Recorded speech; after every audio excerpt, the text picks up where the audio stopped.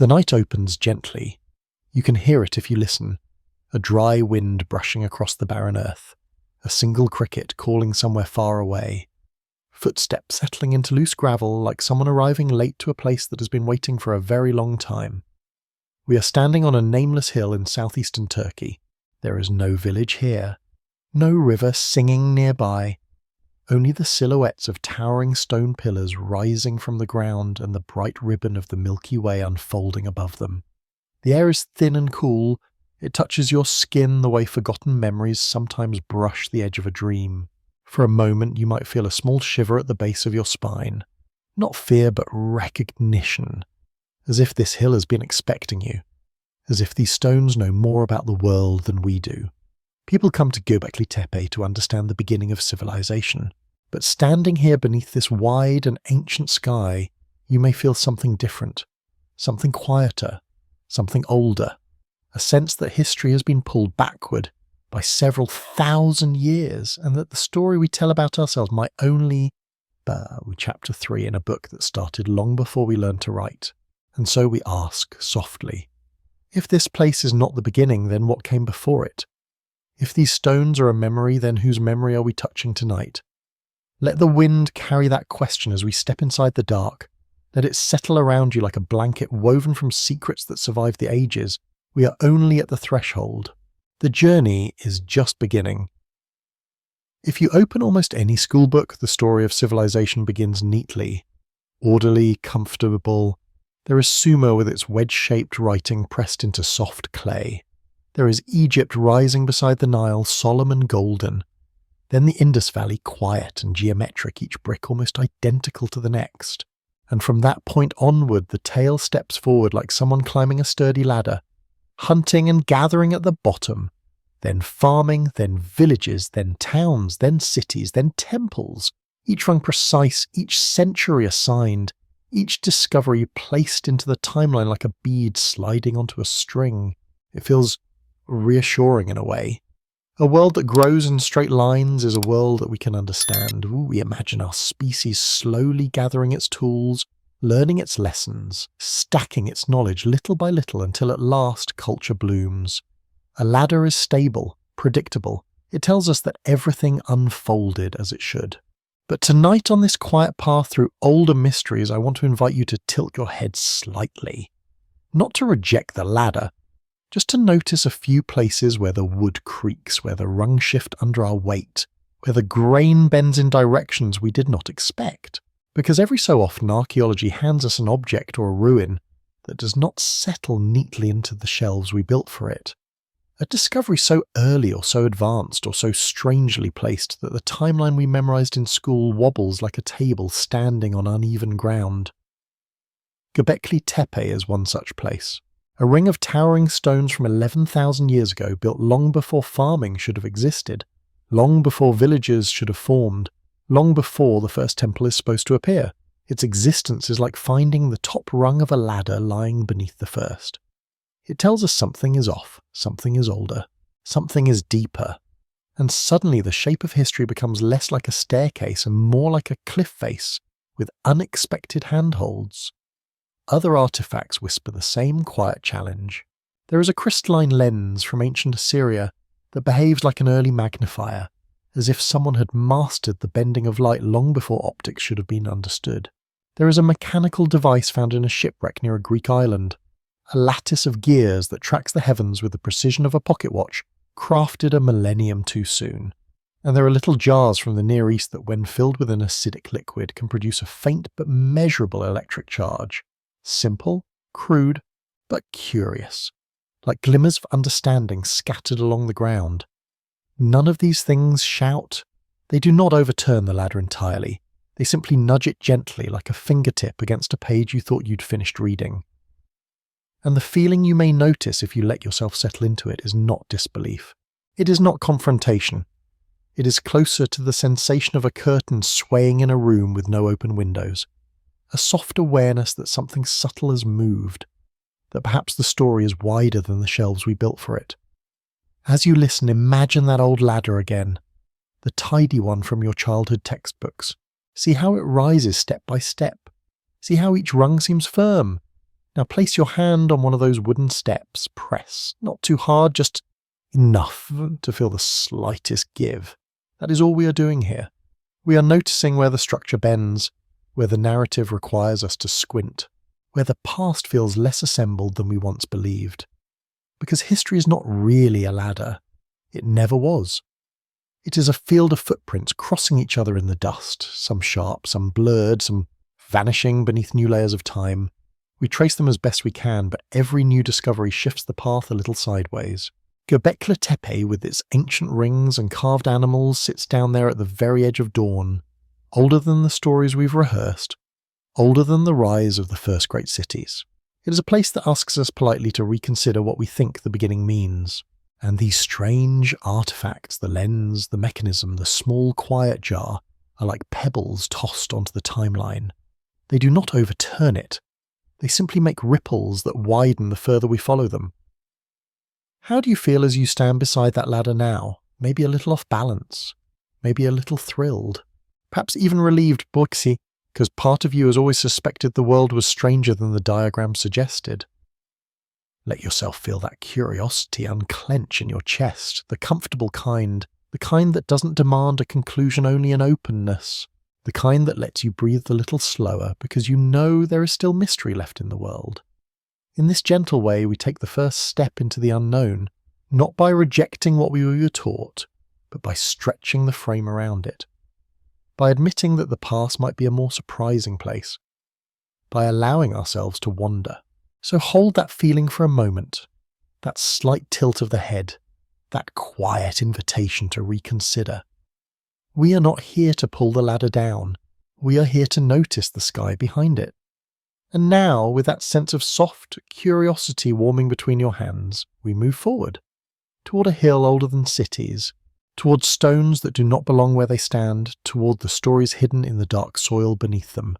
The journey continues, step by unexpected step. There was a moment when this hill greeted the world as nothing more than a swollen mound of earth. Generations of farmers walked its slopes, ploughing the soil, clearing stones quietly unaware of the mystery beneath their feet.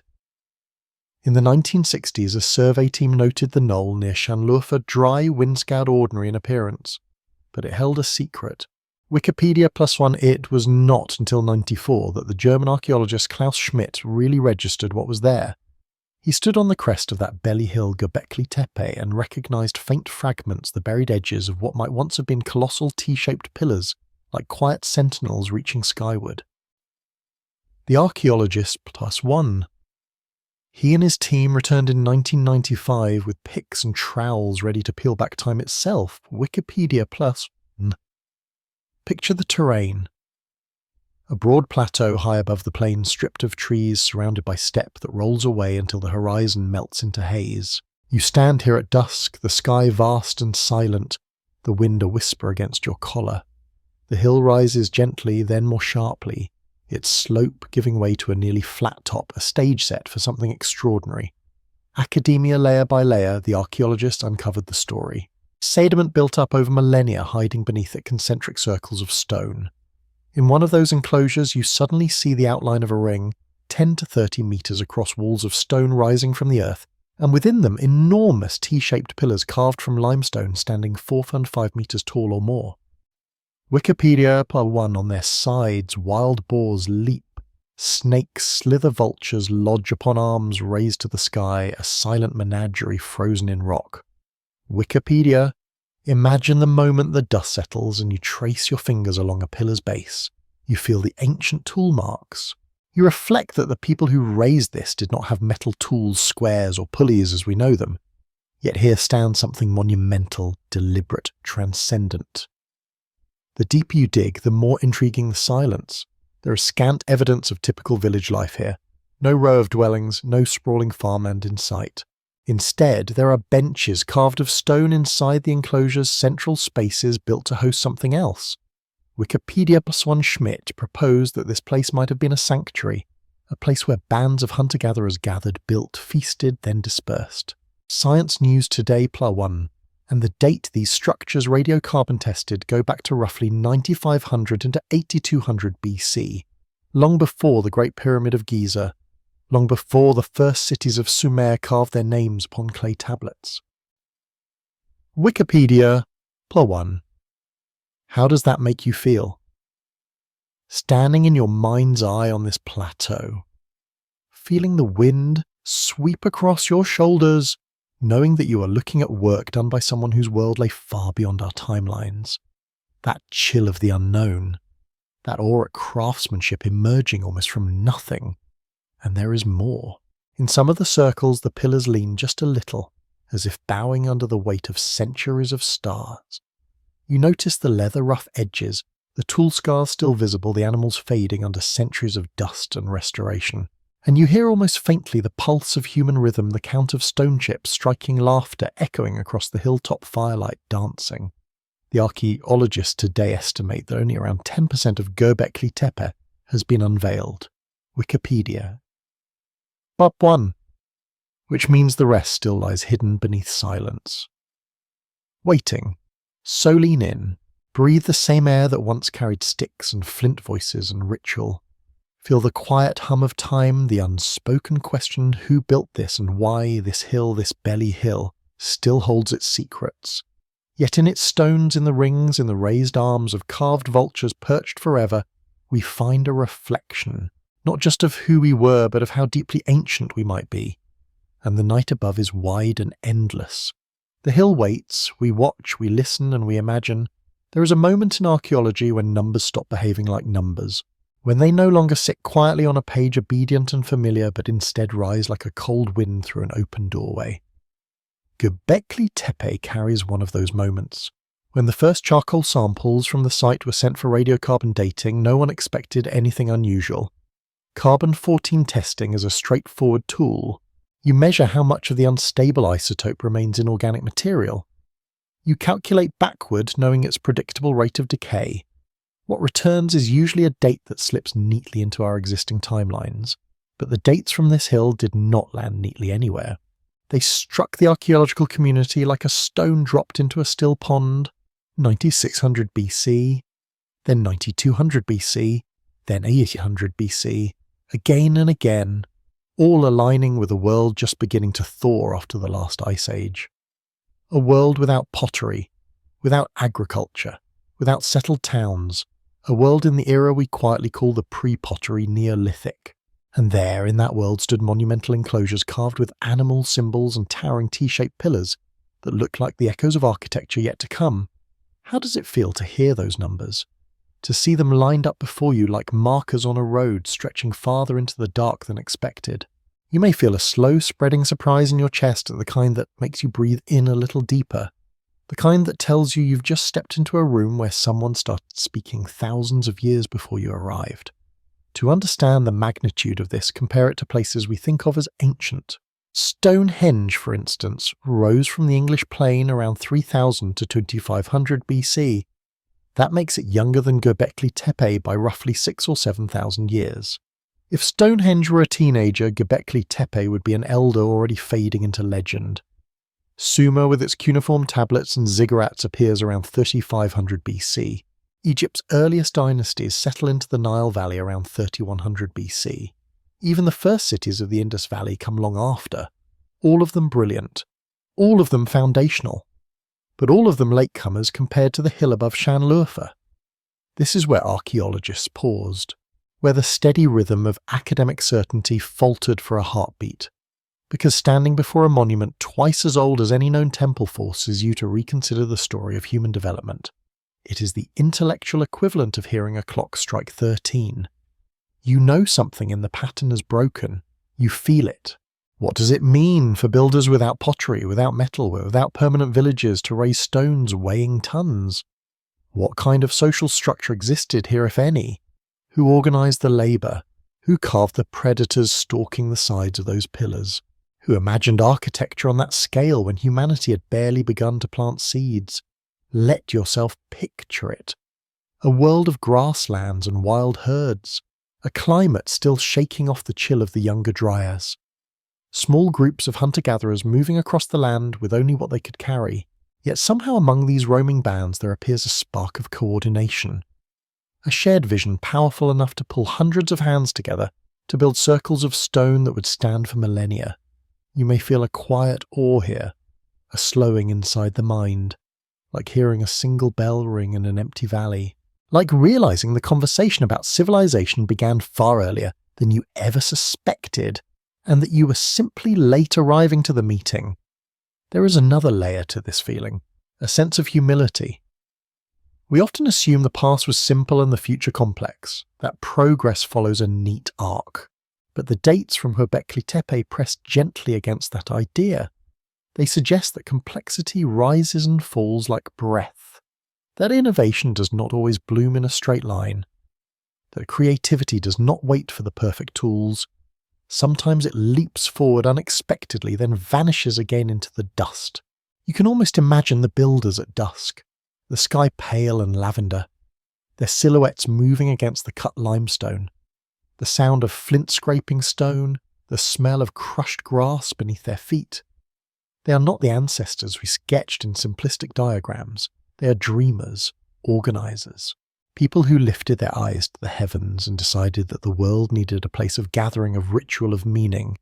And when you stand where they once stood, even in your imagination, you feel the strange tension of time collapsing, of touching a chapter you thought belonged to the far back of the book, only to realise it may be the prologue. A preface scratched into stone rather than written on paper. This is why the dates matter. They stretch our understanding, they widen the horizon. They remind us that our ancestors were not waiting for civilization to begin. They were already making meaning out of stone and sky, already carving their stories onto the earth long before written language existed. And so you stand here quietly as archaeologists once did.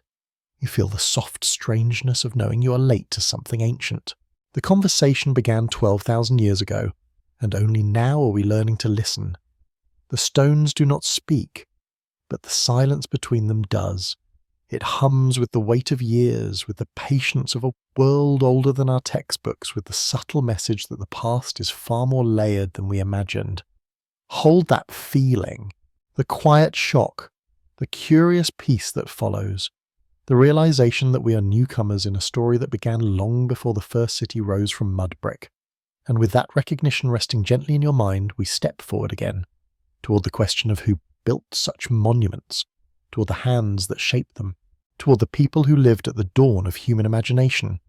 The path leads deeper and the night invites us on. On the slope of that silent hill, nothing sprawls like a city. No broad avenue, no clustered dwellings pressing against a communal hearth. Instead, you find rings of stone, ovals and circles carved into the bedrock, walls of rough-hewn limestone rising from the earth as if the ground itself exhaled into form. These are the enclosures of Göbekli Tepe, and they ask us softly, who built this picture it with me? A great circle, maybe 10 meters across, maybe 30. Within it stand a pair of central pillars larger than the rest.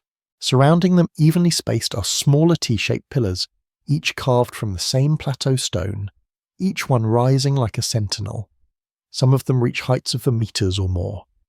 Cambridge University Press and Assessment plus this, on their surfaces you see animals, wolves crouching, boars poised vultures alight, snakes winding round shafts. Wikipedia +1. There are engraved arms and hands, stylized faces, and the imprint of human thought set in stone. And yet, around all of this there is no city, no massed houses, no clear signs of daily domestic life in large numbers, just a plateau rising above the plain open to sky and wind. Archaeologists found tools, small cisterns carved for water traces of cereal processing. Wikipedia +1, but they did not unearth a settled metropolis. They did not uncover district after district of dwellings pressing against these stone rings. How does that make you feel?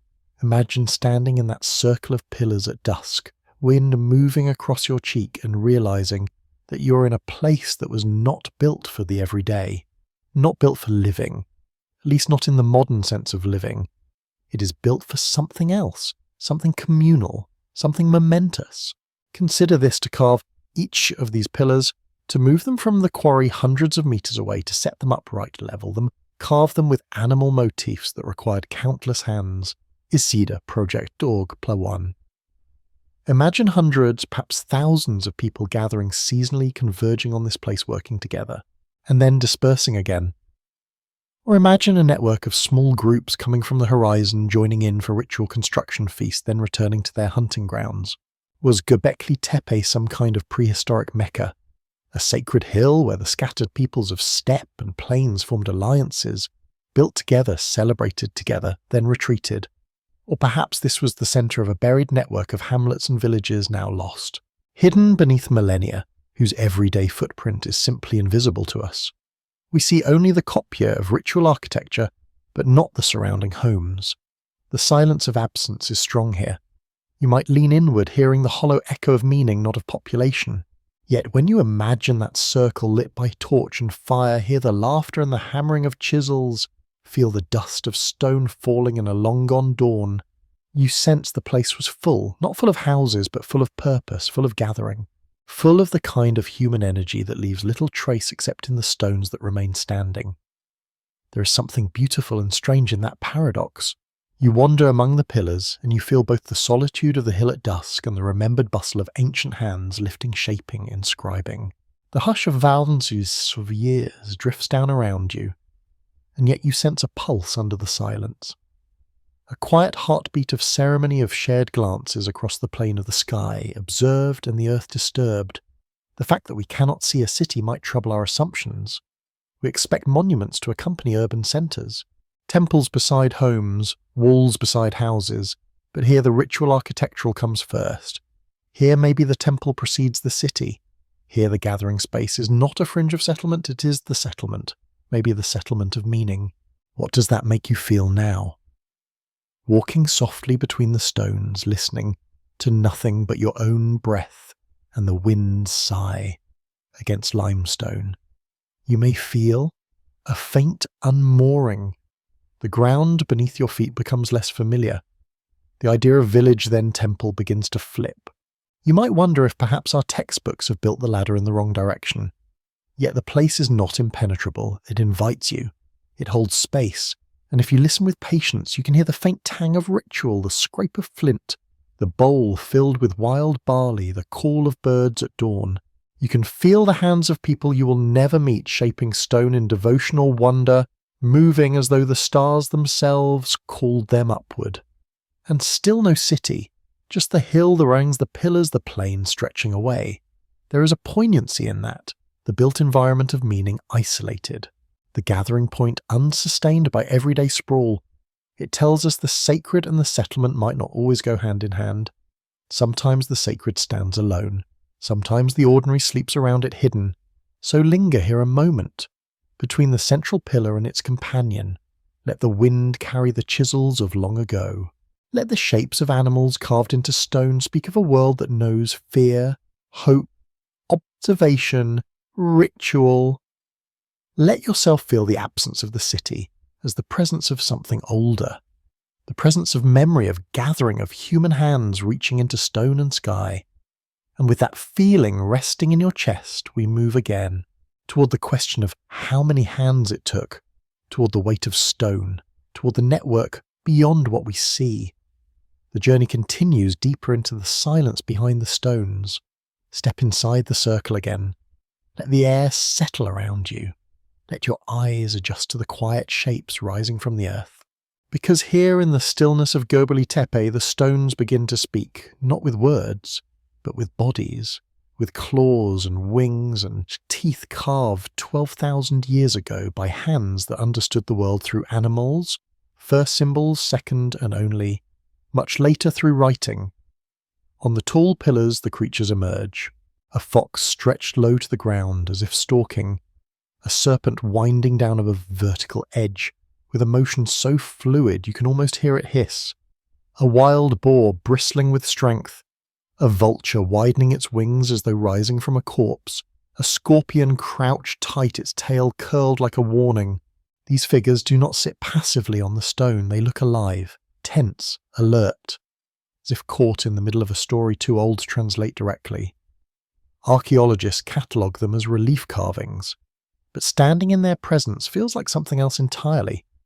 You feel as though you've stepped into a language older than sound, a vocabulary that speaks through fear, reverence, survival, sky-watching, intuition, A language made of creatures, not letters. How does that feel in your body? Perhaps a slow prickle beneath the skin. Perhaps a sense of being observed, not by people but by the spirits of animals that once defined the rhythm of life. In a world without cities, without writing, without metal, these animals were danger food, omen, climate story. They shaped human imagination before human imagination shaped them.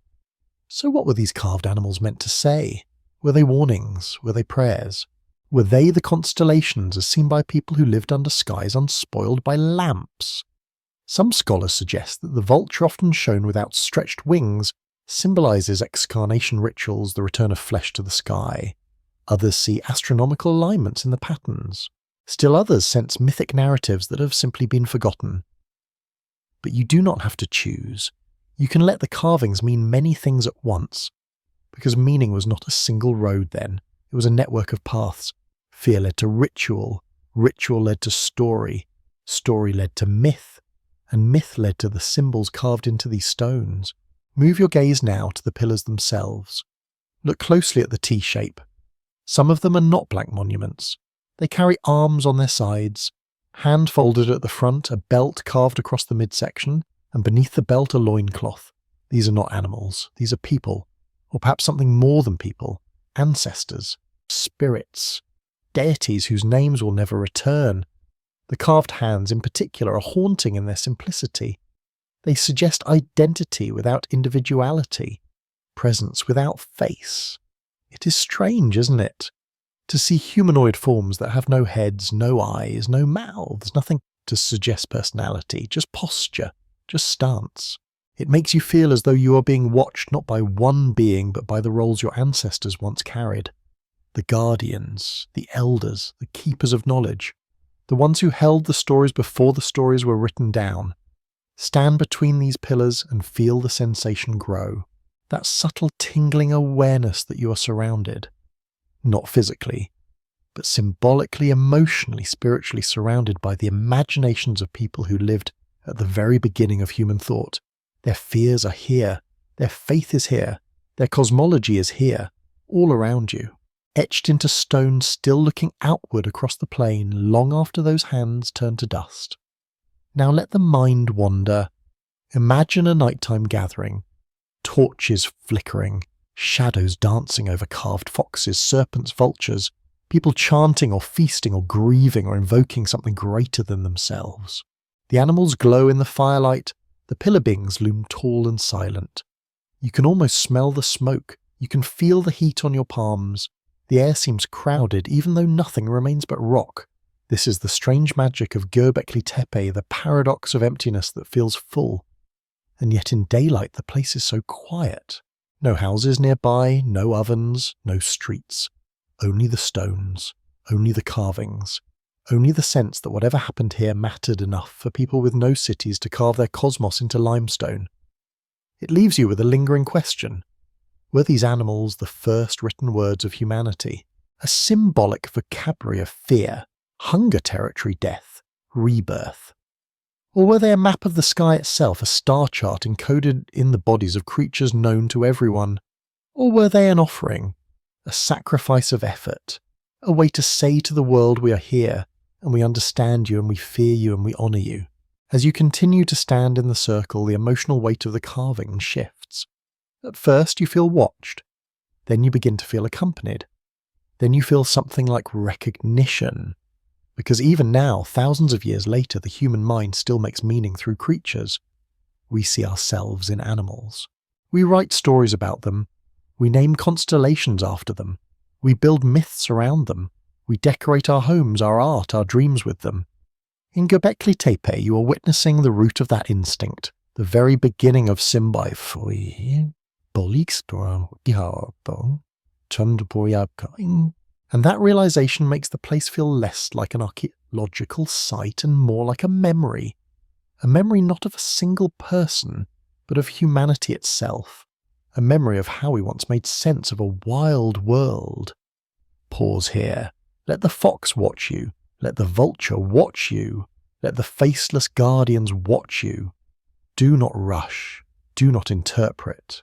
Simply stand and feel the ancient eyes fixed on you from across a gulf of time so wide it almost becomes stillness. You are a visitor to their language, a guest in their first vocabulary. And although the city is absent, the presence is overwhelming. Hold that sensation gently, the mingled quiet and crowding, the feeling of being one person standing inside the memory of many. And when you are ready, step forward once more toward the deeper mysteries of ritual and burial and purpose. Göbekli Tepe still has more to show you. Its story continues in the next circle, the next carving, the next breath of wind across the stones. There is an idea we were all taught softly and confidently, as if it were the most natural story in the world. First came farming, then came stability, then came villages, then cities, and only after all of that, when people finally had enough food, enough time, enough safety, did temples rise toward the sky. Ritual, we were told, is a luxury, a later chapter. A flowering that blossoms only after the soil of survival has been tended. But Göbekli Tepe places a gentle hand on that story and turns it around. It invites us to look again, because on this lonely hill in southeastern Turkey, the evidence does not follow the script. The great enclosures, the towering pillars, the carefully carved animals, the painstaking stonework all arise before settled agriculture takes hold, before people begin planting fields in any stable sense, before villages root themselves into the land. This realization stirred a debate among archaeologists, temple first or farming first, a debate that asks us whether meaning and ritual preceded stability and food, or whether the other way should be believed.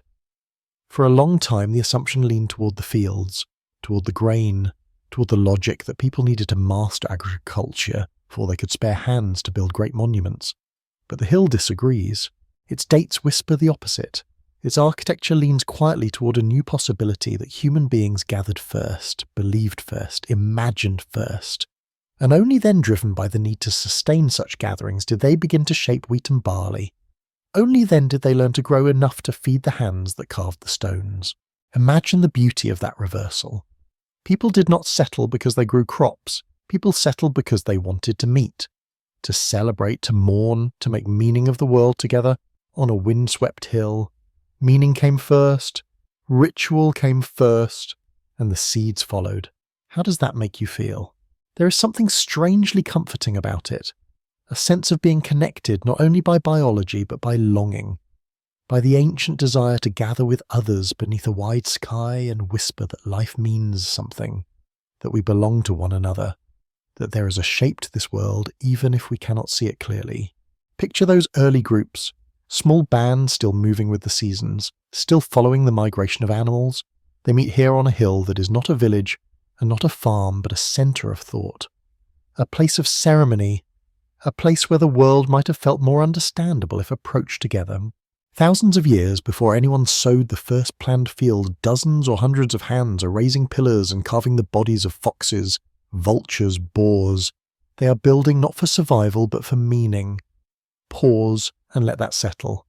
Meaning before agriculture, ritual before harvest, hope before tools. As if the first thing humanity truly needed long before bread, long before walls, was a way to belong to something larger than themselves. In a time when the world could feel overwhelming and wild, they carved their place into it, not by fencing off fields, but by shaping stone into stories, by gathering the scattered threads of their experience and weaving them into ceremonies, by lifting their eyes to the horizon and saying, "We will meet here, we will return here. We will make this hill a home for what we believe." You might feel a gentle warmth in that insight, a reassurance that the quest for meaning is not modern, not fragile, not indulgent. It is old, it is fundamental, it is carved deeper into us than hunger, deeper than shelter, deeper even than the instinct to settle. It is the thread that runs through the entire tapestry of human life. And maybe that is why Göbekli Tepe feels so hauntingly familiar. Even though its stones belong to a world far older than ours, they mirror something inside us. We too build before we understand. We too gather before we organize. We too search for purpose long before we have stability. It is a pattern that repeats age after age. Now walk with me among the pillars again. Run your fingertips along their cold surfaces. Imagine the builders standing where you stand now. Imagine their breath rising in the morning chill as they prepare to work. They do not have fields behind them. They have not yet domesticated the cereals they will one day rely on. They are volunteers in the oldest sense, people following a call that they might not have had words for. A call to make something sacred. A call to come together. Over time, these gatherings may have demanded more food, more coordination, more planning. The wild barley they collected may have been planted intentionally. The foraged seeds may have been tended. And slowly, perhaps almost accidentally, agriculture took shape. Not as an initial revolution, but as a response to something even more powerful, the human desire to stand beneath a shared sky and say, "We are here, and this matters." How extraordinary it feels to know that the temple may have come before the harvest. That identity may have come before infrastructure. That the search for meaning may have paved the way for farming itself. It changes the story. It changes the order of things. It changes us. And in that shift there is a softness, a gentle comfort, an understanding that every time you have sought purpose before certainty, you are not lost. You are following a pattern older than civilization. Older than agriculture, older than writing, a pattern carved into stone thousands of years before you were born, so breathe in that recognition. Let it ground you as the light fades across the hill. Let it remind you that humanity's first steps were not only toward survival, but toward wonder, toward connection, toward a sense that existence, even in its hardship, can be sacred. Hold that thought. Let it warm the quiet spaces inside you. And when you are ready, we will step onward, toward the next mystery waiting in the dark soil of this ancient place. On that silent hill among the circles and pillars of Göbekli Tepe, one of the most haunting mysteries rises not from what was built, but from what was deliberately buried. There are enclosures here that were not simply abandoned, they were filled, packed with rubble, stone tools, animal bones and refuse. The builders or their successors did not leave the site to decay, they hammered shut the door. Science. Today Places Journal, Plus 2. It may sound bizarre at first, why bury a temple? Why bury meaning? Why, after so much effort to raise pillars and carve animals, would those same hands turn inward and seal them beneath the ground? Yet the evidence is clear. Multiple enclosures at Göbekli Tepe show signs of deliberate backfilling, not simply collapse or natural sedimentation. History Collection, Plus 1. Imagine you find a beautifully written letter folded neatly tucked into a drawer for safekeeping, and then you bury the drawer in the backyard, cover it with soil, believing that someday someone will uncover it. That is the sensation here.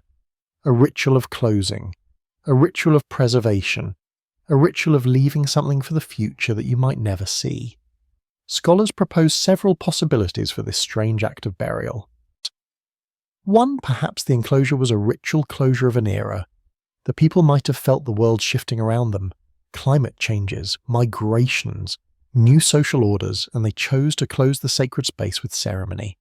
They filled the rings, placed the broken tools and bones inside, and walked away preserving the memory in stone. Wikipedia. How does that make you feel? There is a soft shiver in your chest when you realize the builders did not abandon the place they ended it. They drew a line under their story and buried it with intention. It is not chaos, it is closure, it is silence chosen, not imposed. Stand for a moment on that mound. Picture the last ritual fire, the carved pillars half lit in the flicker, the labourers placing chipped flint into the earth, the vultures circling above, and then the ground swallowing the echoes, the hill becoming quiet, the humans moving away. You feel both emptiness and fullness, empty because the ceremony is over, full because something of great weight has been completed. The hill is no longer just a building site, it is a monument to what once was and what was purposely left behind. There is beauty in that, a quiet dignity. The builders did not vanish, they archived. They did not destroy, they deposited. They did not forget, they chose to remember on their own terms. And here is the stillest part: the buried enclosures challenge not only our understanding of architecture, but our assumptions about time. That one moment in human history can be sealed like a book and placed aside, waiting to be reopened by someone thousands of years later. You feel privileged then, as though someone folded you into that long-buried letter and passed it gently into your hands. Let yourself inhabit that space of awe, not loud or triumphant, quiet, reflective. The wind across Göbekli Tepe at dusk carrying dust and the faintest echoes of chisels. You stand in the room their descendants left for you, and as you breathe the ancient air, consider this maybe the most profound act of ritual is not the building, it is the intentional ending, the wrapping up, the decision to leave the stage set but dark, to walk away and let time stand guard. So hold that feeling now, that hush of finality, that charged peace of something completed. And when you are ready, we will step deeper into the earth, into the fills, into the hidden chambers of what lies beneath the stone rings. The story continues. Step back with me for a moment, away from the stone rings, away from the foxes and vultures carved in relief, away from the quiet, intentional burial beneath the soil of Göbekli Tepe. Let the camera of your mind rise slowly into the air. Higher, higher still, the hill shrinks. The surrounding steppe stretches wide. The horizon melts into a pale ancient sky.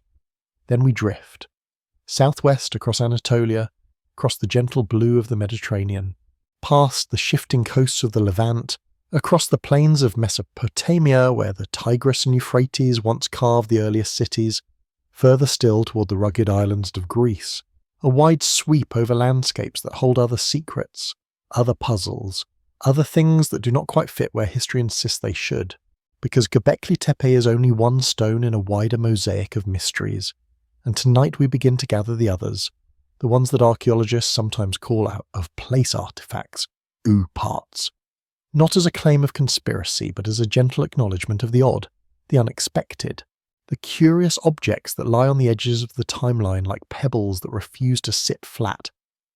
Humanlevel.com. Think of history for a moment as a river, a long flowing current that moves from the deep past toward the present, carrying with it the sediments of memory and the silt of time. We like that river smooth, predictable. We like its surface calm, but sometimes along the riverbed something catches the flow, a stone too angular, too polished, too heavy. The water ripples, a swirl appears, and our attention is drawn toward the distortion.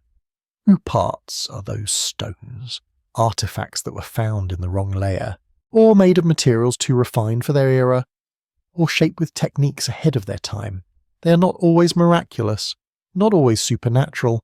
Often they are simply odd, but their oddness is beautiful, a quiet nudge, a question left on the doorstep of our certainty. How does that make you feel? Perhaps a small flutter of curiosity in your chest? The same feeling you get while rummaging through an antique shop, brushing your fingers across old keys and worn coins, sensing that some of them have stories that refuse to sit politely in their labelled drawers. Objects that whisper their own timeline. Objects that feel slightly off, yet wonderfully alive. Let the camera drift now into one of those old shops in your mind. Dust in the sunbeams, shelves lined with forgotten belongings. Each item hums with a faint mystery. A bronze gear, a lens shaped from rock crystal, a clay jar with strange fittings. Things that seem like they were misplaced across centuries.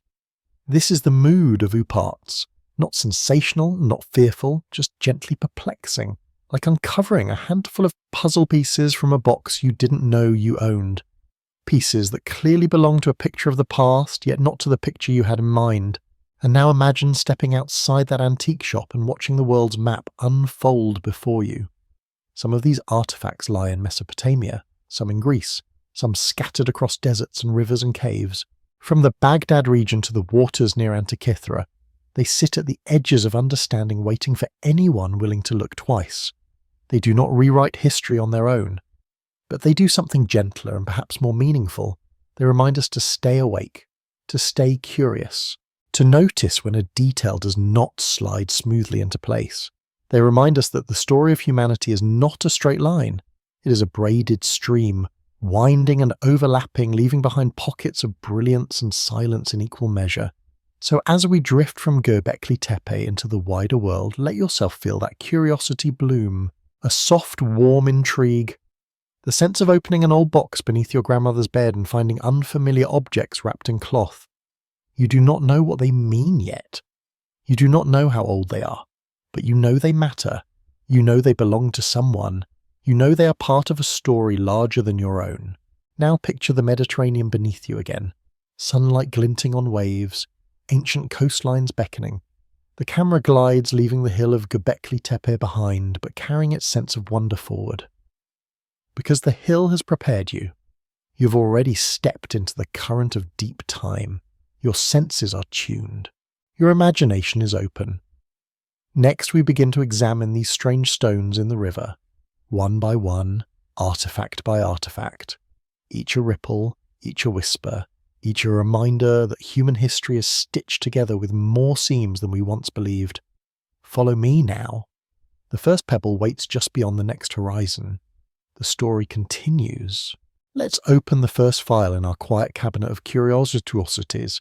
A folder stamped with a year, 1936, a warm, dust-coloured year in the memory of archaeology when a road crew outside Baghdad was cutting through the soil and struck something small. Not a monument, not a tablet, just a humble clay jar, light enough to hold with one hand. Unremarkable at first glance, but inside it, tucked like a secret, lay a copper cylinder, and inside that a slender iron rod. The workers turned it over in their palms, puzzled. It wasn't beautiful, it wasn't decorated, it wasn't obviously ceremonial, it was simply odd, as if it belonged somewhere else, to someone else, to some purpose that refused to declare itself. Archaeologists later dated it to the Parthian or early Sasanian period, roughly 2,000 years ago, a world of priests and traders of parchment and incense, of artisans casting metal in the narrow streets of ancient cities. And yet in that world, this jar barely the size of a mug, cradled an assembly that looked suspiciously like the components of a battery. Now shift your weight a little. Lean closer. This is where the investigation begins. Imagine setting the jar gently on a wooden table, the clay cool beneath your fingertips. You slide the copper tube out. You tilt the iron rod, noticing the traces of corrosion. Someone in a later laboratory tries something bold. They fill the jar with a mild acidic solution, lemon juice, vinegar, grape wine, and suddenly a needle jumps. A tiny spark of voltage appears, only a few volts but unmistakable. And in that moment you feel it, that little lift in your chest, a quiver of excitement, a whisper of doubt, like a child pulling a dusty bottle from a basement shelf and wondering if the stories whispered by grandparents might actually be true. Is it possible? Was someone in ancient Mesopotamia coaxing electricity from clay and copper? Was a craftsman 2,000 years ago familiar with the gentle shock of stored energy? Was the world humming with sparks long before the age of wires and bulbs? That is the romantic explanation, the alluring one, the one that imagines artisans using these jars to plate gold onto trinkets or idols, or heal the sick with little pulses of sensation, or create rituals where a priest held an object that tingled faintly with an invisible force. It is a lovely theory, a cinematic theory, a theory that lets the imagination glow softly in the dark. But wait, as in any good investigation, there is a second file beneath the first, a quieter explanation, more modest, more conservative. It suggests that the jar once held a rolled papyrus or scroll, that the copper cylinder simply served as a protective case, that the iron rod helped cap the opening, and that the acidic traces inside came not from an electrolyte but from the slow decay of organic material long since vanished. No electricity, no alchemy, just storage, just time, just the ordinary dressed unexpectedly in metal. How does that make you feel? A little torn, perhaps?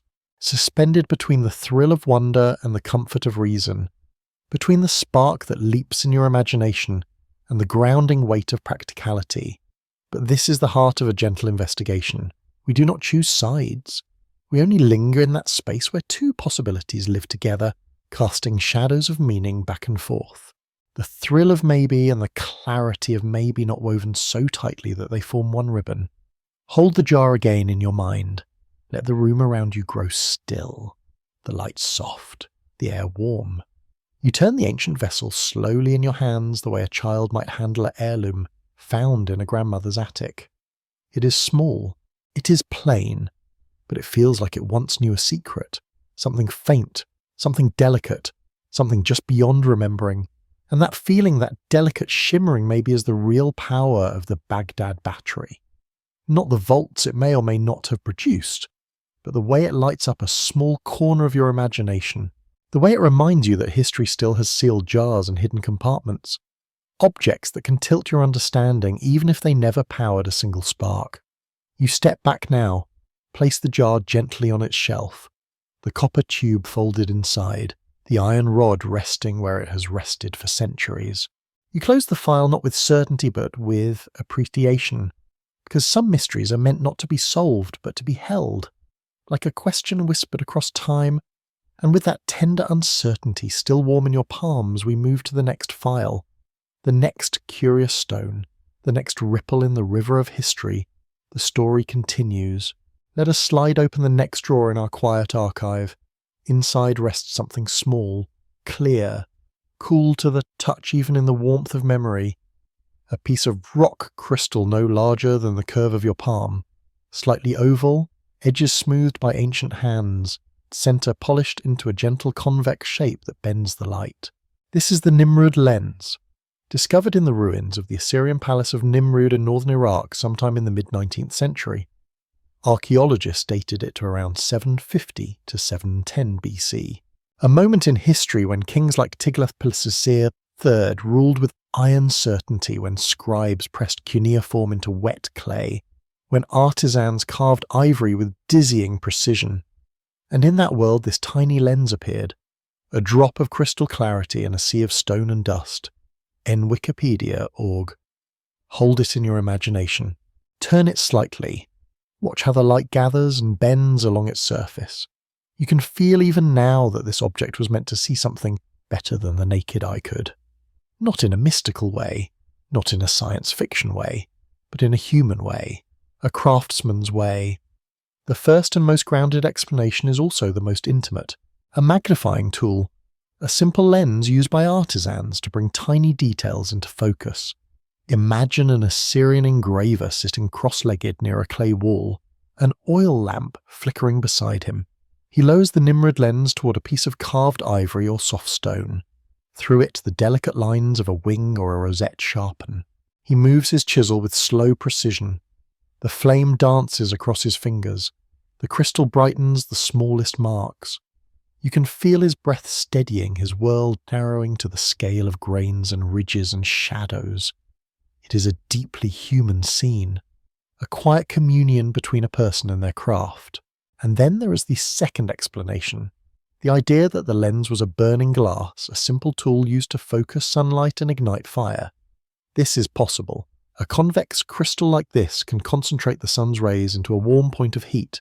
Picture a priest or servant in the palace courtyard angling the lens into a beam of morning light to light a brazier for an offering. Not magic, just physics, just the ancient joy of summoning flame from nothing but the sky. The third hypothesis is the most dramatic, that the Nimrud lens could have been part of a primitive telescope, that someone somewhere in Assyria was experimenting with magnifying the heavens. Most scholars doubt this.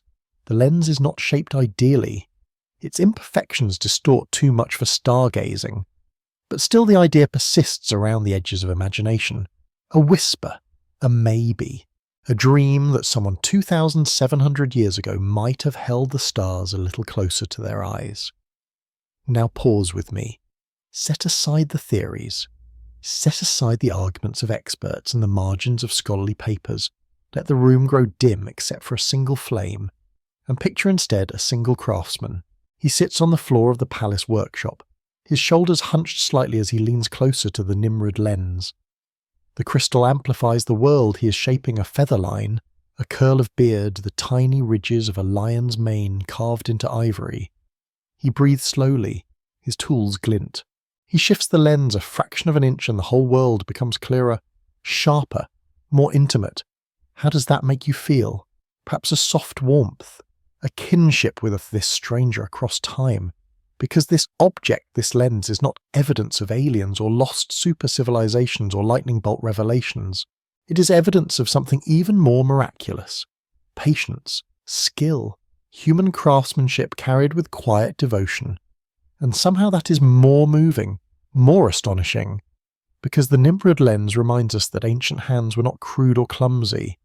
They saw beauty in the tiny scale. They paid attention. They wanted to refine the world to bring the distant closer to make the small visible. We are not so different today. Look at the lens again in your mind's palm. Notice the faint scratches, the tiny imperfections in the polish. Someone handled it often, turned as it used it.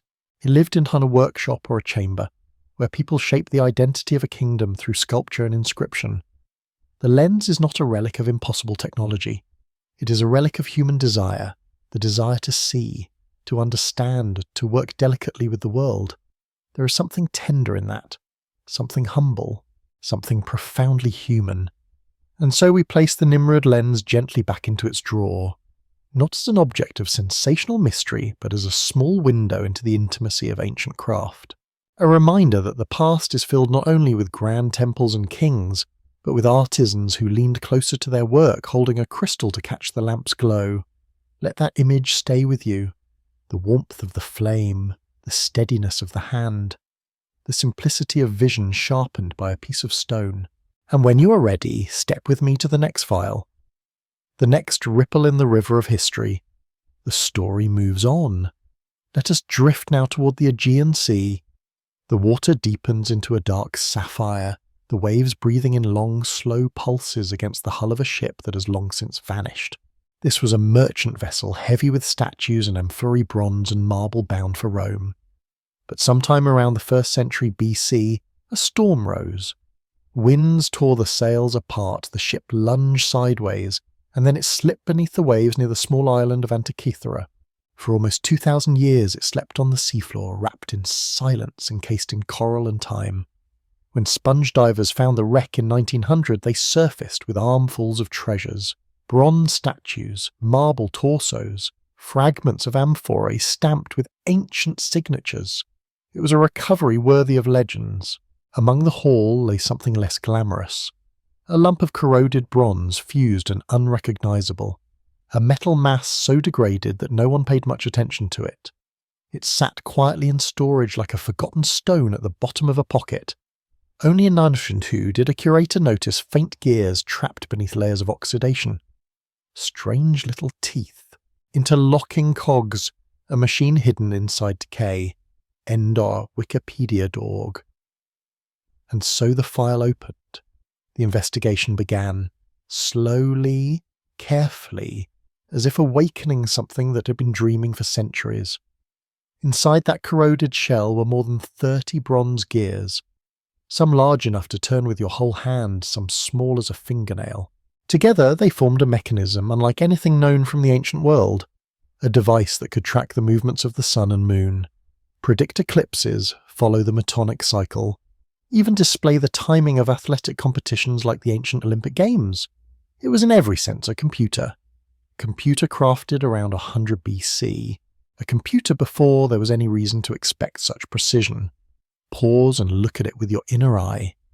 Imagine holding that cluster of gears after its surfaces have been cleaned and scanned, after its fragments have been studied and reconstructed through X-rays and digital modelling. It still looks impossibly old, but also impossibly advanced, like something that slipped between centuries and then arrived where it did not belong. How does that make you feel? Perhaps a widening in the chest? A soft shock, as if you have just picked up a pocket watch that a mathematical deity left behind. Because here is the strange truth. It took European craftsmen more than 1,400 years to build anything with comparable mechanical sophistication.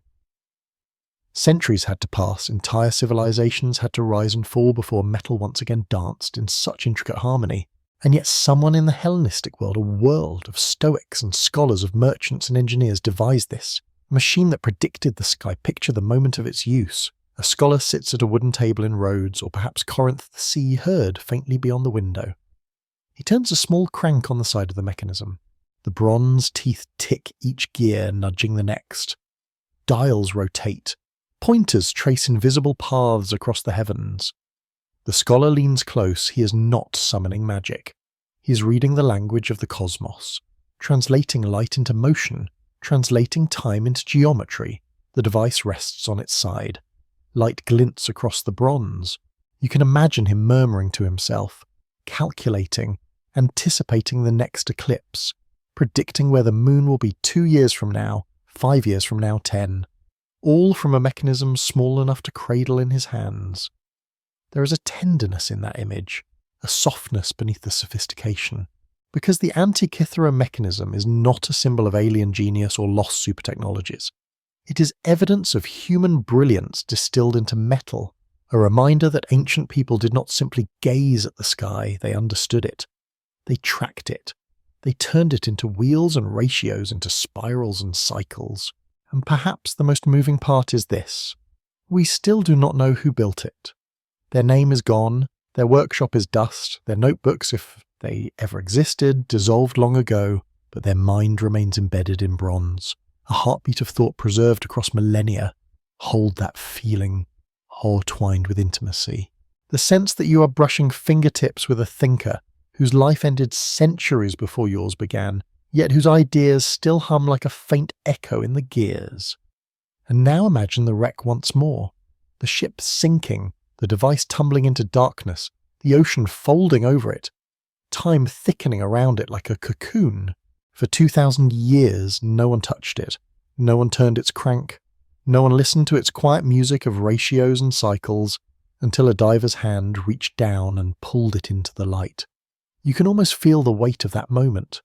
The first breath it took after centuries underwater. The way the sun touched the bronze again. The way the world learned that someone long ago had mastered a language of gears we had forgotten to imagine. Place the mechanism gently back into its drawer now, not with the casualness you might give to a tool, but with the reverence you give to a relic of thought, a whisper of genius, a reminder that history is full of minds sharp enough to carve the sky into metal teeth. And with that quiet wonder still settling in your breath, we move forward to the next stone in the river, the next object carried by the current of time. The story continues. Walk with me a little farther along this quiet shoreline of forgotten things. We leave behind the delicate gears of Antikythera and step into a different kind of mystery. Not a small object tucked in a drawer, not a lens cupped in a craftsman's palm, but stone, hard stone, stone so ancient and so heavy that its very presence feels immovable, and yet somehow in places scattered across the world. Quarries, temple ruins, abandoned workshops, there are blocks of diorite and granite that seem to have been touched by something impossibly sharp. Diorite, one of the hardest stones known to human hands. Granite, a material that even today challenges modern tools. But here they lie, carved with holes that run deep and straight, or marked by long grooves so precise they catch the light with an almost metallic smoothness. Not magical, not alien, just uncanny. The same feeling you might have if you walked into a Paleolithic cave and found a plastic Lego block resting beside a flint spear point. A strange mismatch. A moment of quiet confusion. A detail that does not slide neatly into the timeline. Let us slow down. Imagine a chunk of black diorite sitting on a workbench in the sun. You lean close. Your fingers hover above its polished surface. In the centre of this heavy stone is a drilled hole. Narrow and remarkably straight, the kind you would expect from a modern machine shop. Except this stone is thousands of years old. You tilt your head, you squint. The edges of the hole are too clean, too controlled, too confident for the era that supposedly made it. Nearby, perhaps in another site, you find a slab of granite cut along a perfectly straight line, sharp as a box cutter. So exact, it looks as if the light itself sliced through it. You trace the seam, your skin tingles, not because you think it must be impossible, but because emotionally it feels out of place. The technical term doesn't matter, the feeling does. That is the quiet power of these anomalies so often mentioned in forbidden archaeology circles. Not that they rewrite history, but that they whisper. They make you pause. They make you wonder what kinds of hands or what kinds of techniques touched these surfaces long before electricity steel drills or industrial saws existed. Before we drift too far into speculation, let us settle into a softer, more grounded space. A space where science leans in beside imagination without crowding it out. Because there are explanations, many. Perhaps these markings are the result of ancient techniques we simply do not yet understand. Stone can be shaped by abrasion, by sand, by repetitive motion. Water and time can assist. Copper tools combined with grit can carve deeper than you'd expect. People have always been inventive, always curious. always looking for new ways to coax shape out of stubborn material. Or perhaps the surfaces only look impossibly precise because the photographs exaggerate them, because the viewing angle smooths what is actually rough, because our eyes want to see intention where there was only effort. We do not know for certain, and that unknowing is its own quiet thrill. Pause with me. Set aside the theories, the debates, the arguments across archaeological forums. Instead, let your gaze soften. Imagine running your hand along that stone again. Feel how your mind reacts, a little surprised, a little delighted, a little unsure. That uncanny softness in the chest, that fleeting recognition of something that does not quite belong. Not wrong, not frightening, just out of tune in a way that makes the world suddenly feel bigger, as if the timeline has more wrinkles than we once believed, as if the past occasionally leaves us small riddles carved into its surface. I want you to picture one more moment. You are in a quiet valley at dusk. The ruins of an ancient workshop lie around you. Dust settles on your clothes. The air smells of sand and cooling stone. You kneel beside a granite block with a groove so clean the setting sun glints off its edge. The world is silent. You feel as if something is looking back at you through that cut. Not a presence, not a spirit, but a message from someone who lived long before you. A message that says, "We were here. We worked with care. We solved problems in ways you may never fully understand." How does that make you feel? A little humbled, perhaps.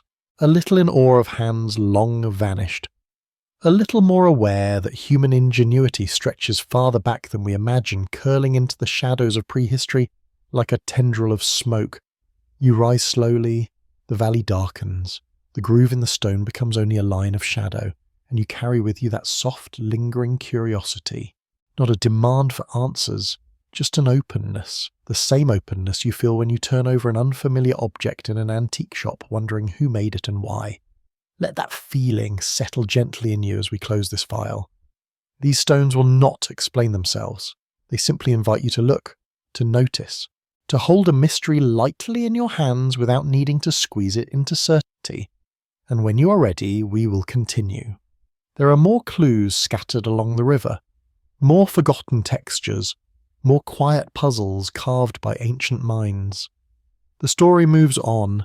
Let us pause here for a moment. We have wandered through ancient hills and stone circles. We have examined lenses, jars, gears, and grooves. And with each artifact, each anomaly, each unexpected detail, a familiar whisper begins to rise in the background. A whisper that has drifted through documentaries and late-night conversations for decades. A whisper that says, maybe this wasn't human. Maybe this was something else. The ancient aliens theory. The idea that visitors from the stars seeded knowledge on Earth, taught our ancestors to carve stone to build monuments to track the heavens. It is a seductive narrative. It wraps mystery in a silver glow. It gives the past a shining extraterrestrial scaffolding. And for many it offers a sense of awe. A sense that we were chosen, guided, visited by beings who saw potential in us. Then there is another theory. The civilization reset idea that perhaps humanity rose long before Sumer, before Egypt, before anything we know, that something happened, a flood, a fire, a shift in the sky, and the world began again, leaving only fragments behind, stone blocks too big for their time, carvings too precise, ideas too advanced, like echoes from an earlier chapter we can no longer read. These theories appear wherever history grows shadowed, where records fade and artifacts seem to glimmer with contradictions, and it is understandable. Mystery invites imagination. Gaps invite stories. We are wired to fill in what we cannot see. But now let us gently shift the frame. Let us breathe in, look again with a softness that honours both wonder and reason. Because there is another possibility, quieter, more grounded, and perhaps more beautiful. Maybe the oddities we find in ancient stone and metal come not from visitors above, but from ingenuity below. From people like us, people whose intelligence we have underestimated, people who lived in worlds far harsher than ours, yet shaped those worlds with patience, determination, and creativity. Archaeology, after all, is a patchwork, a quilt made from fragments that survived by accident, a shard here, a bone there, a tool buried in ash, a ruin spared by erosion. For every site we discover, there are 1,000 washed away by rain. For every artifact we hold, there are countless that crumbled into soil. The past is not a complete library. It is a handful of pages torn from a book that once had hundreds, and so sometimes the story looks uneven. A sudden burst of sophistication where we expected simplicity, a technique that appears before its supposed time, a tool that seems too perfect for its context. We rush to fill those gaps with extraordinary explanations, but perhaps the truth is more human, more humble, more in line with the Serene myth's whisper. Sometimes the strangest thing is not aliens, but how thoroughly we underestimate our ancestors. How does that make you feel? Maybe a little softened, a little more respectful, a little more aware of the quiet brilliance that lived in hands long before ours. There is something mature in that realization, something gentle. It lets us admire mystery while still honouring evidence. It lets us be curious without being careless. It lets us hold wonder without reaching for extremes. Picture an ancient craftsman again, the one who carved the fox on a pillar at Göbekli Tepe, or the artisan who shaped the Nimrud Lens, or the engineer who tuned the gears of the Antikythera Mechanism. They were not aliens, they were people. People who looked at stone and saw possibility, people who looked at the sky and saw patterns. People who looked at the world and tried to understand it with the tools they had, and sometimes with tools they invented along the way. Think of how much of our own world would confuse someone digging it up in 10,000 years.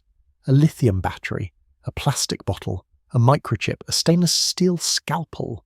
Pieces of a technology that would look impossibly advanced if the rest of our infrastructure vanished.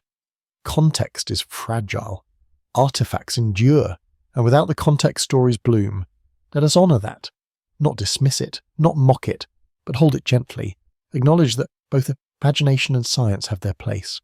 One helps us dream, the other helps us understand, and between them lies a quiet middle path where wonder and evidence walk hand in hand. So as we close this module, feel that balance inside you.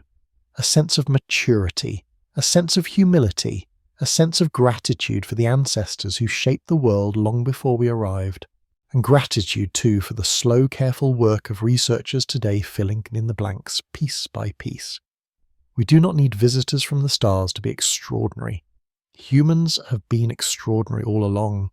Hold that feeling, warm, respectful, steady, and when you are ready, we will continue. Toward the next seam in the timeline. Toward the next question quietly waiting beneath the soil. The story moves on. Let us take a breath. We have wandered through circles of stone, through lenses and jars and gears, through questions that ripple softly across the surface of time. And now we step back not to leave these mysteries behind, but to see how they weave together, how they form a tapestry of meaning far older than our textbooks, yet far gentler than our imaginations often assume.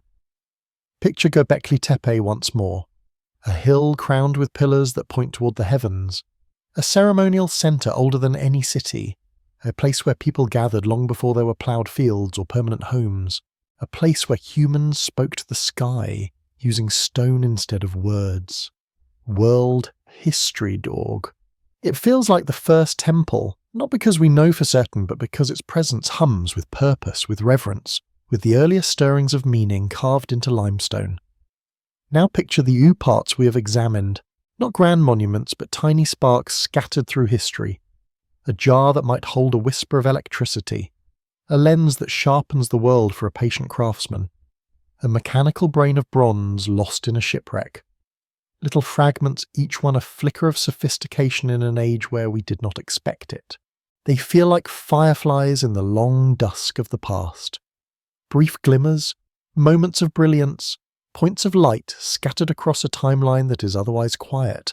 Let those images settle in your mind, a hill of pillars speaking to the stars and small pieces of technology shining like scattered embers. Now step back even farther. Imagine the tapestry stretching around them. A great, ancient fabric. Most of it still buried underground. Most of it hidden beneath oceans, beneath sand, beneath forgotten layers of time. We only see the threads that have managed to survive.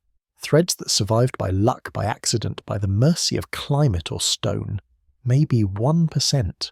Maybe less. How does that make you feel? Perhaps the sense of humility. Perhaps a widening in the chest. A soft awareness that we are peeking at a story far larger than the fragments we hold. Could it be that civilization rose not in one grand arc, but in small peaks? little high points of innovation scattered across the world. A cluster here, a village there, a workshop tucked into a forgotten harbour, a ritual centre built on a lonely hill, each one rising briefly, shining brightly, then fading or being buried or simply left behind as people moved on. Maybe there were dozens of Göbekli Tepes, hundreds, sites that held ceremonies or knowledge or craftsmanship or myths, and vanished without leaving stone behind. Maybe the Antikythera Mechanism was not the only device of its kind, just the only one to survive a shipwreck in a way that protected it. Maybe the Nimrud Lens was one of many. Maybe jars like the Baghdad find were commonplace. Maybe the things we think of as anomalies were once part of a pattern far richer than the fragments suggest. But perhaps we do not need a grand theory of rise and collapse to explain it. Perhaps the world simply works this way. Creativity does not move evenly. Progress is not a staircase. Knowledge is not a river flowing in a single direction. It is a constellation of sparks, bright here, dim there, gathered in some eras, scattered in others, a mosaic with more empty space than coloured stone. The truth might be as soft as this. We are only seeing the places where luck preserved something. The rest, the other 90%, is still sleeping under the soil, and that is strangely comforting, because it means there is so much left to learn, so much left to uncover. We are not at the end of the story, we are at the beginning. Pause here. Let the humility settle. The knowledge that we know just enough to feel the vastness of what we do not know does not diminish us. It softens us. It invites us to keep listening. Now close your eyes for a moment. See Göbekli Tepe as a glowing knot in the sastry. See the Pre-Pottery as scattered beads. Between them, imagine long looping threads connections we have not uncovered yet. Journeys, ideas, lost crafts, forgotten stories, soft sparks moving from one generation to another, and sometimes disappearing altogether. You may feel a sense of expansion inside your chest, a gentle openness, the awareness that history is neither flat nor linear, but alive, breathing, growing, leaving hints instead of answers. We do not need to force these pieces into a single explanation. We do not need to claim ancient aliens or forgotten advanced civilizations. It is enough to stand in wonder, to say we know some things. And the things we know reveal how much we still do not understand. Hold that feeling. The world becomes larger, not smaller. The past becomes deeper, not darker. And you stand at its edge, curious and calm, letting mystery be part of the landscape instead of something to fight. When you are ready, we move forward toward the next step in this long winding path, the next breath of ancient wind. The story continues. Come sit with me for a moment. Not in the stone circles, not beside the artifacts, but here in the quiet space inside your own chest. Because this part of the journey is not about pillars or gears or crystals. It is about us. About why these mysteries pull at something deep under the ribs. Why they linger long after we close the book or the documentary ends. Why do ancient mysteries feel so intoxicating? Why do they settle into the mind like warm embers that refuse to cool? Why do we keep returning to them again and again as if touching something we already know but cannot quite name? Perhaps it begins with a simple longing. The longing to believe that we did not appear suddenly randomly recently. That we are part of a story much older than the pages we have read. A story stretching back not just 5,000 years to the first writing, but 50,000, 100,000 farther still into the soft, unlit corridors of time, where memory fades into imagination. There is comfort in the idea that humanity has roots deeper than our textbooks can show, that our ancestors did not stumble blindly through life, but wondered, questioned, built, invented, prayed, dreamed, just as we do, that the hunger for meaning is older than agriculture, older than cities, older than the stones at Göbekli Tepe. How does that make you feel? Warm maybe, grounded, like sitting beside a fire that has been burning since long before you were born. Because when you gaze at a carved fox from 12,000 years ago, or brush your thoughts across the polished curve of the Nimrud Lens, or imagine the delicate gears of the Antikythera Mechanism turning, in a scholar's hands you feel something very human stir. Recognition, a quiet recognition. As if these objects are mirrors, old, scratched, dusty, but still reflective enough to show a faint outline of yourself. Your curiosity, your hands, your questions, your longing to make sense of a world that is beautiful and overwhelming at the same time.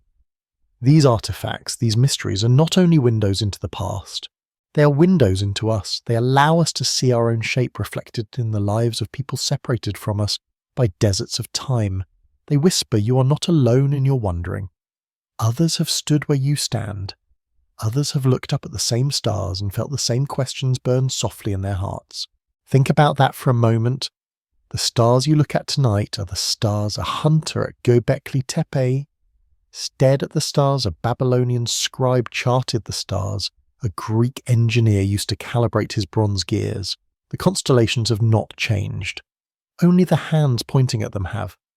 There is a kind of tenderness in knowing this, a joining of threads across time, a sense of lineage that is emotional rather than biological, a recognition that our longing for meaning, for story, for connection is ancient, older than any artifact, older than any temple, older than language itself, and that may be why the mysteries pull at us so strongly, because they remind us that we belong to something larger, a chain of questions, a lineage of wonder, a species that has always looked beyond the horizon and asked, what else is there? Who came before us? Who will come after? When we hold these ancient puzzles in our imagination, we are not just studying history. We are remembering something soft, something instinctual, something like an old song we cannot fully place but whose melody feels familiar. Maybe that is why the Baghdad jar feels magical even if it never held electricity. Maybe that is why the faint scratches on a crystal lens melt our hearts more than the theories surrounding it. Maybe that is why the Antikythera Mechanism feels like a heartbeat preserved in metal, because in each of them we see echoes of ourselves, our curiosity, our creativity, our yearning to reach beyond the ordinary and touch the outline of the infinite. Let yourself feel that closeness. Feel how small and large you are at the same time, a single person standing on a planet full of forgotten stories, yet also a thread woven into a tapestry older than memory. These mysteries soothe us because they remind us that the world has always been mysterious, that uncertainty is not a flaw in the universe. Nevis, it is part of the design, a gentle invitation to keep exploring. And perhaps most comforting of all, they remind us that we are part of a family that stretches backward through tens of thousands of years. People who loved, who feared, who built, who hoped, who raised their eyes to the same sky and felt the same ache of curiosity glow in their chest. So sit with that warmth. Let it fill the quiet places inside you. Let it remind you that you are connected, not isolated, rooted, not drifting, wrapped gently into the long story of human wonder. And when you are ready, we will continue. There are still threads to follow, still whispers waiting in stone and soil. The journey moves on. Come stand with me in the quiet again. Not in a circle of pillars, not beside a shipwreck, not over a workbench dusted with ancient crystal powder. Just here, in a still place where the mind can gather what it has seen, where all the loose threads of this journey can settle gently around you. We have travelled far, across 12,000 years of wind and stone, across continents and coastlines, across temples, workshops, wrecks, and mysteries tucked into pockets of history. And now it is time to look back, not to solve the puzzle, but to understand the shape of it, to see the outlines of what we know, what we suspect, and what we can only dream about. Think of this as 3 circles drawn softly in the dust. The first is the circle of certainty, the one with edges you can touch, the one made of facts, dates, materials. Göbekli Tepe stands firmly in this circle. Its radiocarbon dates between roughly 9600 and 8200 BC, its carved pillars of limestone, its intentional backfilling, its place high above the Anatolian plain. The Baghdad jar rests here as well. A clay vessel, a copper tube, an iron rod, 2,000 years old, chemical tests that show it can produce a voltage. The Nimrud Lens sits here too, shaped from rock crystal in the Assyrian palace of the 8th century BC. And the Antikythera Mechanism with its 30 or more gears dated to around 100 BC. These things are real, tangible, measured, catalogued. Not guesses, not legends, just the solid bones of the past. But facts alone do not fill the world. Facts are constellations, points of light waiting to be connected. So now we step into the second circle, the circle of likelihood, the realm of careful hypotheses. Here the lines are softer but still grounded. In this circle, Göbekli Tepe is understood as a ritual centre, a place of gathering, perhaps seasonally, a place built by hunter-gatherers before agriculture blossomed. In this circle, the Baghdad artefact is more likely a container for scrolls with traces of organic acids left behind rather than electrolyte.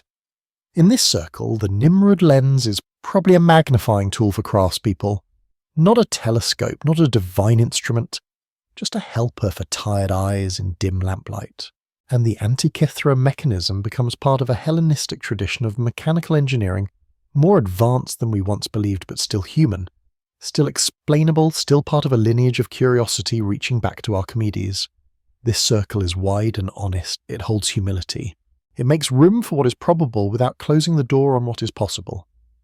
And then we come to the third circle, the softest one, the one drawn in shadow, the grey circle of wonder.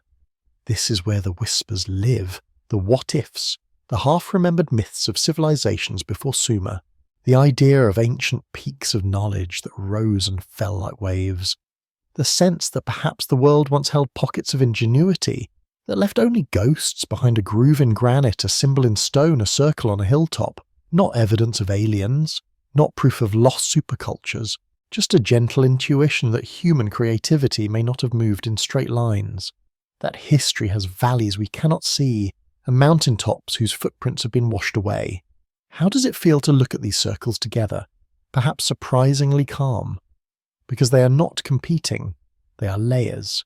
Each one adds something the others cannot. Certainty gives shape, likelihood gives understanding, wonder gives meaning. And this is the heart of Serene myths. We are not here to expose secrets or wave away science. We are here to ask beautiful questions, questions that glow softly in the mind long after the story ends, questions that open doors rather than close them, questions that let you drift into sleep with your thoughts wrapped gently in possibility. Maybe civilization started earlier than we think. Maybe it started in bursts here, a temple here, there, a workshop somewhere else, a moment of brilliance. Maybe most of it is still buried beneath forgotten soil. Maybe the timeline is not wrong, just incomplete. And maybe that incompleteness is not a failure, but an invitation. How does that make you feel? Not anxious, not overwhelmed, just quietly aware that certainty was never the point. That mystery is not a threat, but a companion. That you're allowed to rest in the spaces between answers without losing yourself. Because we know enough to see the outline of the past, and enough to understand that outline is only the beginning. We know enough to stand in awe, and enough to stay humble, enough to feel connected to those who lived before us, and enough to sense that they too once wondered. So hold that gentle truth now. Let it settle over you like evening light, not heavy, not frightening, just soft, just wide, just full of the quiet promise that the world is still bigger than our understanding and kinder than our certainty. When you are ready, we will move onward, not to solve the past, but to walk beside it, not to close the book, but to turn the page. The night is deep, the path is long, and the story continues. Close your eyes with me now, let the world around you fade into a gentle blur. Let the ceiling above you dissolve into the sky. Let the bed or the chair beneath you become the cool earth of a high Anatolian hill. We are going somewhere quiet, somewhere ancient, somewhere lit only by stars and fire. It is night on Göbekli Tepe, not the archaeological site with fences and walkways, not the restored stone circles on museum posters, but the hill as it once was, alive, breathing, echoing with voices long lost to time. A small fire burns at the centre of a gathering. Its flames dance low, sending sparks into the air like tiny fireflies rising towards the Milky Way. Around it you hear soft laughter, the murmur of people speaking in a language no one alive can recognize, not loud, not frantic, just the ordinary music of human company, the sound of people who have walked far, worked hard, and now sit shoulder to shoulder beneath the unbroken sky. Feel the warmth of the fire on your face. Feel the cool wind brushing the back of your neck. Smell smoke in the air, thin and sweet, mixing with dust and crushed wild grass. A little distance from the fire, a man stands beside one of the great pillars. His hands are rough, his shoulders strong. He is a stoneworker, though he would not think of himself that way. He's simply someone who knows the language of stone. Someone who has spent weeks, maybe months, coaxing shape from the pale limestone. Watch him. He wipes the sweat from his brow with the back of his wrist. The firelight glows across his cheek. Above him the stars spill across the sky, exactly as you know them today, Orion the Scorpion, the arcs of the Milky Way. Nothing has changed. 10 or 12,000 years separate you from this man, but the stars do not care. They shine the same for him as they do for you. He lifts his hand and places it on the stone pillar. There is a tenderness in the gesture, as though the pillar is a companion. He has carved a fox today. His body stretches low and alert. Tomorrow perhaps he will carve a serpent or the sleek curve of a vulture's wing. He does not know these carvings will endure longer than any memory, longer than any city, longer than his own people. He only knows that the stone listens in a way the world sometimes does not. Step closer, not too close, just enough to feel what he feels. The texture beneath his palm, the cool of the stone, the quiet between the carvings where the night wind nestles. He lifts his eyes again to the sky. Maybe he is searching for an omen. Maybe he is simply resting. Maybe he is wondering the same thing you have wondered. Who am I? Why are we here? What do the stars want from us? How does that make you feel? There's a gentle ache in it, isn't there? A sweetness. Because this man has no idea that far into the future, thousands of generations later, someone you would be lying in a dark room listening to a story about him. He cannot imagine electricity. He cannot imagine cities of glass. He cannot imagine airplanes, satellites, microphones. But he can imagine tomorrow. He can imagine the next hunt, the next gathering, the next night when he will stand here again beneath these same stars, carving his place into the world. Now look at the people around the fire. See the way their faces glow orange. See the children drowsy against their mother's shoulders. See the hunters sharpening stone blades. See the elders speaking softly, their words rhythmic as the wind. They do not know they live at the dawn of something immense. They do not know later generations will call this a temple. To them this is simply the heart of their world, a place to gather, a place to witness, a place to remember. Let the warmth of their fire reach you. Let their closeness soften something inside you. Let the night roll across your skin like a shawl woven from time itself. And now imagine this. The man at the pillar steps back. He runs his thumb over the fresh carving. He looks once more at the sky. And in that moment the distance between you collapses. You are not separated by 10 millennia. You are two human beings staring at the same stars, asking the same question, feeling the same smallness and the same wonder. Time folds, breath to breath, heart to heart, hold that sensation, that warm, quiet connection across the ages. Because tonight, for a brief and fragile moment, you are sitting beside your ancestors. Not in blood, but in curiosity. Not in lineage, but in longing. The fire crackles, the stars shimmer, and the man at the pillar lifts his chisel once more, carving unknowingly not just a fox or a serpent, but a bridge to you. Let that warmth stay with you. Let it settle like gently falling ash.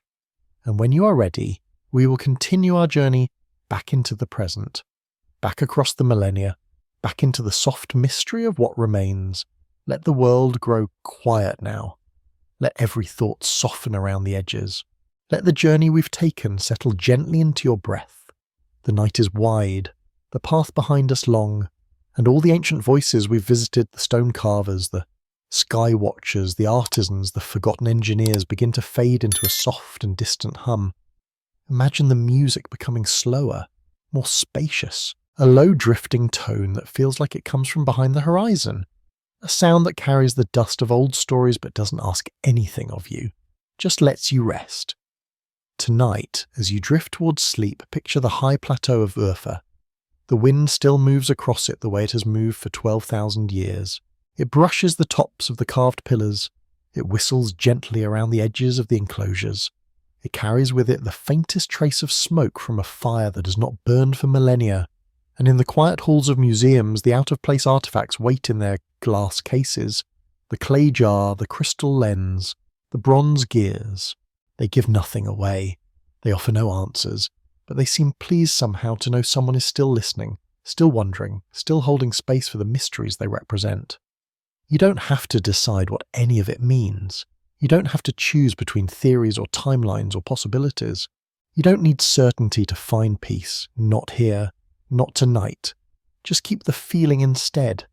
The soft warmth of curiosity, the calm that comes from walking through a land much older than your worries, the sense that you have wandered through a long corridor of time and emerged unharmed, maybe even a little lighter than before.